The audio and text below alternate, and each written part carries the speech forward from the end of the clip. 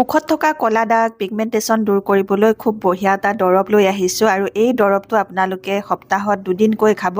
৬০-৬৫ বছৰ বয়সলৈকে আপোনালোকৰ ছালখন বগা উজ্জ্বল আৰু ধুনীয়া হৈ থাকিব। হাই ফ্ৰেণ্ডছ, আপোনালোক সকলোকে মোৰ অসমীয়া সঁচাই চেনেলৰ নতুন এটা ভিডিঅ'ৰ মাজলৈ স্বাগতম জনাইছোঁ। আশা ৰাখিছোঁ আপোনালোক সকলো ভালে আছে। আজি মই আপোনালোকৰ ৰিকুৱেষ্টৰ এটা ভিডিঅ' লৈ আহিছোঁ। আপোনালোকৰ মাজৰে বহুতে কমেণ্ট কৰি মোক সুধি থাকে যে মুখত কলা দাগ পৰিলে আমি কি কৰিম। স্কিনত কিবা এটা লগোৱাৰ উপৰি আপোনালোকে খোৱা বোৱাৰ ওপৰত ধ্যানটো বেছিকৈ দিব লাগে। স্কিনত আপোনালোকে বাহিৰৰ পৰাও যত্ন কৰিব লাগিব, স্কিনখনৰ ভিতৰৰ পৰাও যত্ন কৰিব লাগিব, তেতিয়াহে আপোনালোকৰ স্কিনখন ধুনীয়া হৈ থাকে। আজি মই আপোনালোকক খুব বঢ়িয়া এটা দৰৱ বনাই দেখুৱাম, যিটো দৰৱ বনাই খালে আপোনালোকৰ স্কিনখনত কলা দাগ নপৰে। আৰু যদিও কলা দাগ পৰিছে তেতিয়াহ'লে আপোনালোকৰ সেই কলা দাগ লাহে লাহে দূৰ হ'বলৈ বহুত বেছিকৈ সহায় হ'ব। এই দৰৱটো আপোনালোকে একেবাৰে সহজে আপোনালোকৰ ঘৰতে থকা সাধাৰণ কেইটামান বস্তুৰে বনাই খাব পাৰিব। তাৰ কাৰণে আপোনালোকে এটকা পইচাও খৰচ কৰিব নালাগে। আমাৰ মহিলাসকলৰ প্ৰায় মহিলাই নিৰ্দিষ্ট এটা বয়সত মুখত পিগমেণ্টেশ্যন আৰম্ভ হয়, কলা দাগ পৰিবলৈ আৰম্ভ হয়। আৰু যিসকলৰ এতিয়ালৈকে আপোনালোকৰ কলা দাগ পৰা নাই, বয়স হ'লে আপোনালোকৰো পৰিব। সেইকাৰণে আপোনালোকে এই দৰৱটো যদি সপ্তাহত দুদিনকৈ খাই থাকিব পাৰে তেতিয়াহ'লে আপোনালোকৰ মুখত কলা দাগেই নপৰিব।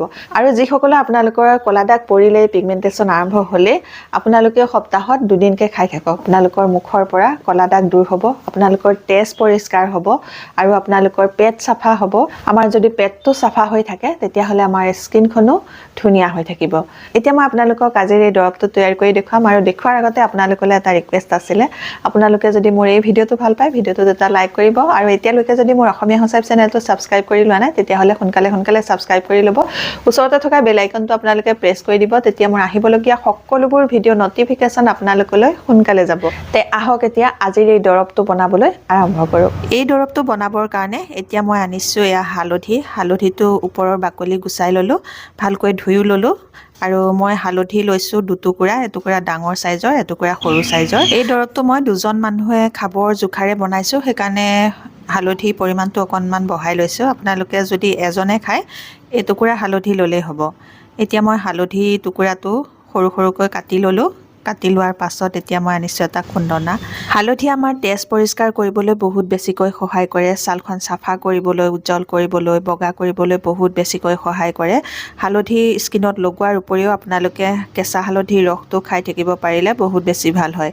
ইয়াৰ পাছত মই আনিছোঁ এয়া 6-7টা জোখাৰে লঙে আমাৰ তেজ পৰিষ্কাৰ কৰিবলৈ সহায় কৰে, লগতে আমাৰ স্কিনত এণ্টি এজিঙৰ কাম কৰে। ইয়াৰ পাছত মই লৈছোঁ এয়া 10-12টামান আগ তুলসী পাতেও আমাৰ স্কিন পৰিষ্কাৰ কৰিবলৈ বহুত বেছিকৈ সহায় কৰে। মুখত যদি কলা দাগ পৰে তেতিয়াহ'লে আপোনালোকে তুলসী পাতৰ ৰস লগালেও বহুত সুফল পাব। আৰু তুলসী পাত লোৱাৰ পাছত এতিয়া মই লৈছোঁ এয়া মহানিমৰ পাত 10-12টামানৰ জোখাৰে। এই নিম পাতত এণ্টিবেক্টেৰিয়েল গুণ থাকে, স্কিনৰ ইনফেকশ্যন দূৰ কৰিবলৈ বহুত বেছিকৈ সহায় কৰে। নিম পাতেও আমাৰ তেজ পৰিষ্কাৰ কৰিবলৈ বহুত বেছিকৈ সহায় কৰে। আৰু নিম পাত লোৱাৰ পাছত এতিয়া মই আনিছোঁ জালুক 10-12টামানৰ জোখাৰে। জালুকো আমাৰ স্বাস্থ্যৰ পক্ষে বহুত বেছি ভাল হয়। জালুক যদি ৰেগুলাৰ খোৱা হয় তেতিয়াহ'লে আমাৰ চকুৰ পাৱাৰ যদি কমে সেই চকুৰ পাৱাৰ বঢ়াবলৈও বহুত বেছিকৈ সহায় কৰে। ইমানেই ভাল হয় জালুক আমাৰ স্বাস্থ্যৰ কাৰণে। এইকেইটা বস্তু এতিয়া মিলাই লৈ মই খুন্দি লৈছোঁ আৰু দুটা বস্তু ইয়াতে মিহলাবলৈ বাকী আছে। আৰু মই ইয়াত যিকেইটা বস্তু মিহলাইছোঁ আমাৰ সকলোৰে ঘৰত থকাই বস্তু নহয়নে বাৰু।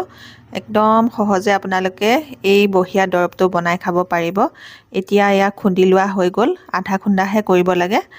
এতিয়া মই আনিছোঁ এটা কফি কাপৰে 1 কাপ পানী। মই যেতিয়া স্কিন কেয়াৰৰ ভিডিঅ' দিওঁ সেই ভিডিঅ'বোৰ চাই বহুতে কমেণ্ট কৰে যে বাইদেউ আপোনাৰ স্কিনখন এনেও ধুনীয়া, এনেও কেতিয়াও ধুনীয়া নহয়।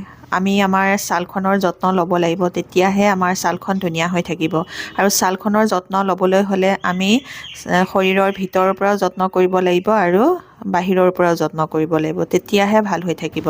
এতিয়া মই কফি কাপটোৰে 1.5 কাপৰ জোখাৰে পানী দিছোঁ। দিয়াৰ পাছত এই পানীখিনি এতিয়া মই গেছৰ ফ্লেমটো অন কৰি এই ফ্লেমৰ ওপৰত বহাই দিম। আৰু গেছৰ ফ্লেমটো আপোনালোকে বেছি হাই নকৰিব, মিডিয়াম ফ্লেমত ৰাখিব। আৰু ইয়াতে এতিয়া মই দি দিছোঁ এচামুচৰ জোখাৰে জিৰাই আমাৰ পেট চাফা কৰিবলৈ বহুত বেছিকৈ সহায় কৰে। আমাৰ যদি ছালখন ভালে ৰাখিবলৈ হয় আমাৰ পেটটোও চাফা কৰি ৰাখিব লাগিব।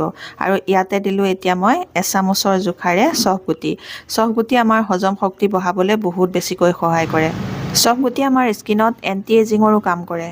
সোনকালে বলি ৰেখা নপৰিব, ছালখন সোনকালে ওলমি নাহিব। তাৰ কাৰণে মই ইয়াতে এচামুচৰ জোখাৰে চব গুটিও দিলোঁ। গোটেইকেইটা বস্তু দি লৈ আপোনালোকে এনেদৰে ভালকৈ উতলাই থাকিব।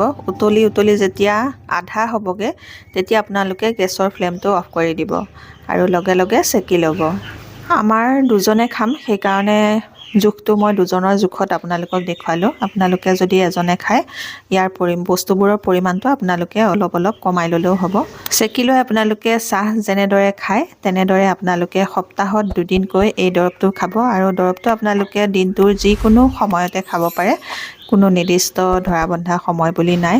যদি আপোনালোকৰ মুখত ক'লা দাগ আছে, পিগমেণ্টেশ্যন আছে, তেতিয়াহ'লে আজিৰ পৰাই এই দৰৱটো খাবলৈ আৰম্ভ কৰি দিয়ক। এতিয়া এইটো তৈয়াৰ কৰি ল'লোঁ, খুব বঢ়িয়া এটা দৰৱ, যিটো দৰৱে আপোনালোকৰ পেট চাফাও কৰিব, স্কিন পৰিষ্কাৰ কৰিব, তেজ পৰিষ্কাৰ কৰিব আৰু এই দৰৱটো আপোনালোকে সপ্তাহত 2 দিনকৈ এবছৰলৈ খাই চাব। স্কিনখন ধুনীয়া হৈ থাকিবলৈ, ভালে ৰাখিবলৈ, আমাৰ শৰীৰটোৰ ভিতৰৰ পৰা যত্ন ল'বলৈ হ'লে আপোনালোকে এই দৰৱটো বনাই খাব আৰু বাহিৰৰ পৰা যত্ন ল'বলৈ হ'লে আপোনালোকে সদায় নেচাৰেল বস্তুৰে স্কিন কেয়াৰ কৰিব, নেচাৰেল বস্তুৱে স্কিনত লগাব। আপোনালোকৰ 60-65 বছৰ বয়স হ'লে আপোনালোকৰ স্কিনখন খুব ধুনীয়া হৈ থাকিব, উজ্জ্বল হৈ থাকিব আৰু সোনকালে আপোনালোকৰ স্কিনখনত বলি ৰেখা নপৰিব, স্কিনখন কোচ খাই নাযাব। এতিয়া মই এই দৰৱটো খাই লৈছোঁ। বহুতে নিম তিতা দিয়াৰ কাৰণে অকণমান বেয়া পাব পাৰে, কিন্তু টেষ্টটো মানুহে চাব নালাগে, ইয়াৰ গুণটোহে চাব লাগে। গুণটো কিমান ভাল সেইটোহে ইম্পৰ্টেণ্ট। আৰু খাবলৈও বেছি বেয়া নহয়, অকণমান তিতা লাগে। অকণমান তিতা যদি খায় আপোনালোকৰ স্কিনখন ভাল হয়, স্বাস্থ্যটো ভাল হৈ থাকে, আৰুনো কি লাগে নহয় জানো? সেইকণটো নিজৰ স্বাস্থ্যটোৰ কাৰণে কৰিবই লাগিব। আজিৰ এই ভিডিঅ'টো আপোনালোকে নিশ্চয় ভাল পাইছে। যদি ভাল পাইছে তেতিয়াহ'লে মোৰ ভিডিঅ'টোত এটা লাইক কৰি মোৰ চেনেলটো ছাবস্ক্ৰাইব কৰি আপোনালোকৰ ফ্ৰেণ্ডৰ লগতো ভিডিঅ'টো শ্বেয়াৰ কৰি দিব। নতুন এটা ভিডিঅ'ৰ সৈতে, নতুন বেলেগ টিপছৰ সৈতে আপোনালোকৰ মাজলৈ আকৌ আহি আছোঁ। তেতিয়ালৈকে নমস্কাৰ, আজিলৈ আহোঁ।